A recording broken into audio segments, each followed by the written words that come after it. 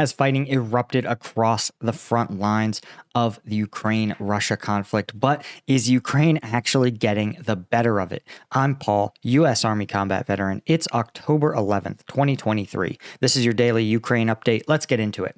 Okay, first, taking a look at the control map, there's been a bunch of areas where fighting has picked up, notably near Vodiane, Permovaisky, and Krasnohorivka. Now, these are actually concentrated all around this Avdiivka region.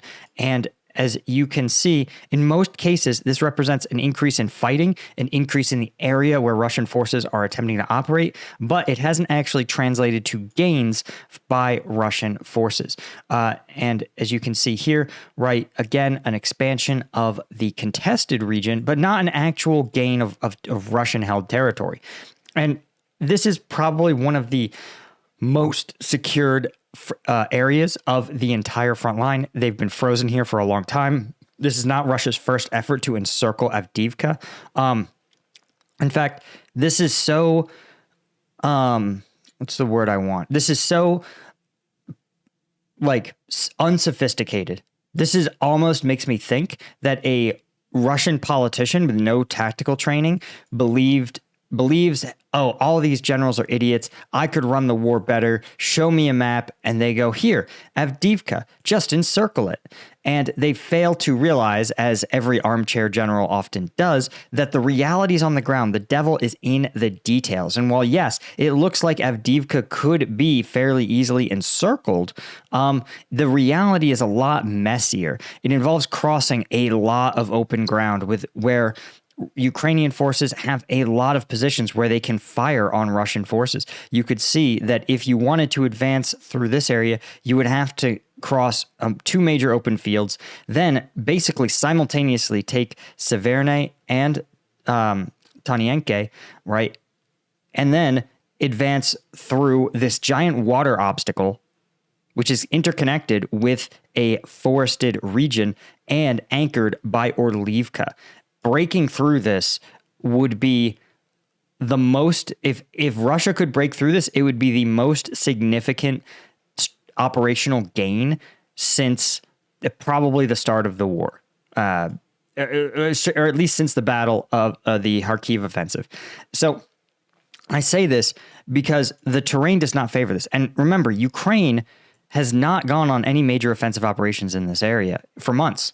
Their forces have been digging in just as hard as the Russian forces did into Zaporizhzhia.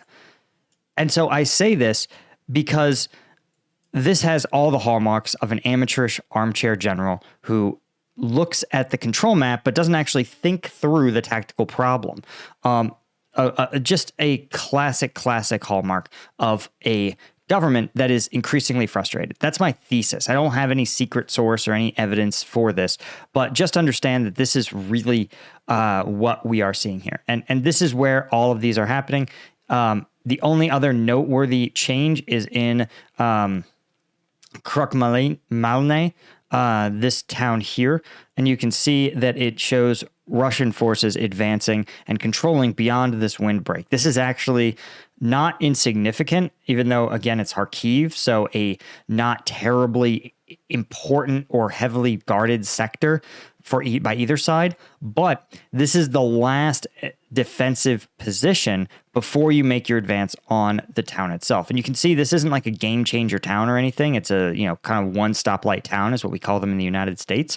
But in an area with a lot of dispersed small villages, this would represent the closest we've seen Russia come to actually seizing an actual urban center. Now, taking this position, as we talk about, it involves crossing a lot of open ground.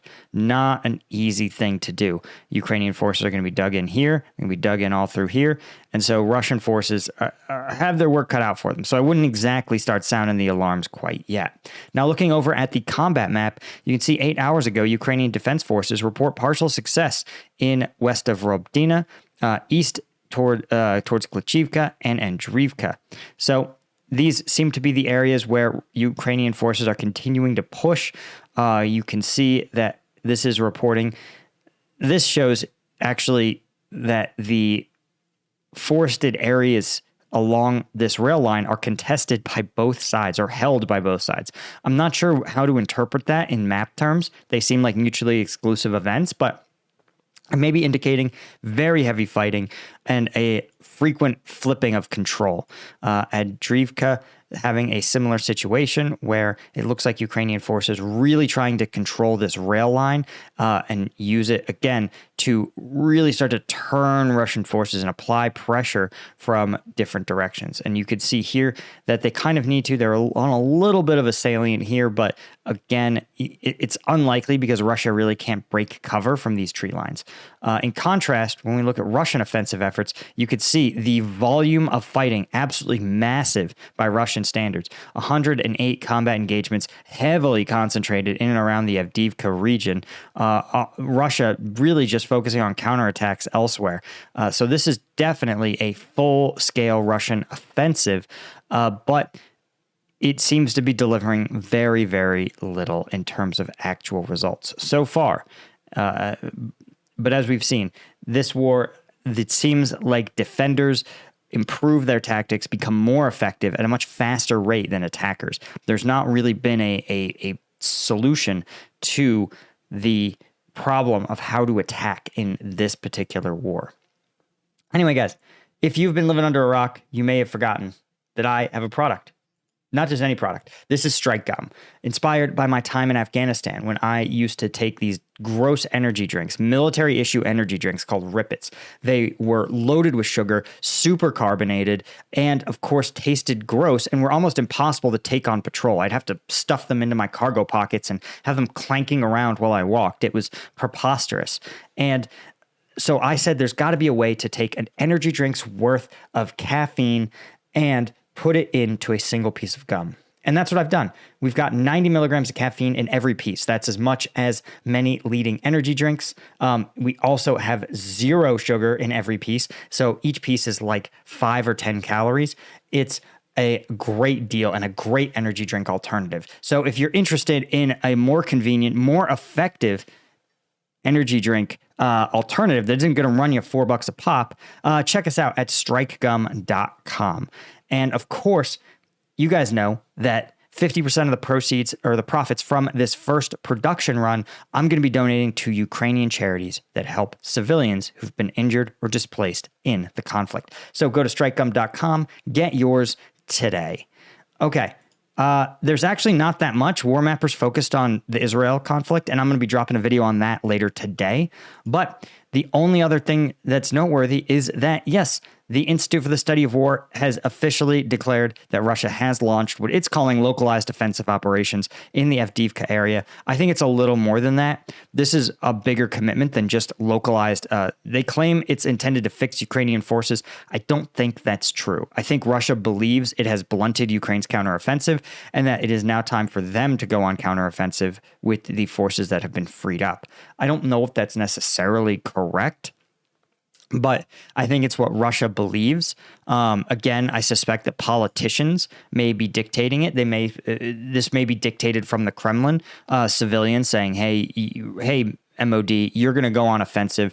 We've already stopped this counteroffensive. Now we need to push." And Russian generals may be like, "Hey, guys, no, like this is a really bad idea." And I think they're right. I think they're throwing their troops probably into fighting that they aren't really going to be able to win.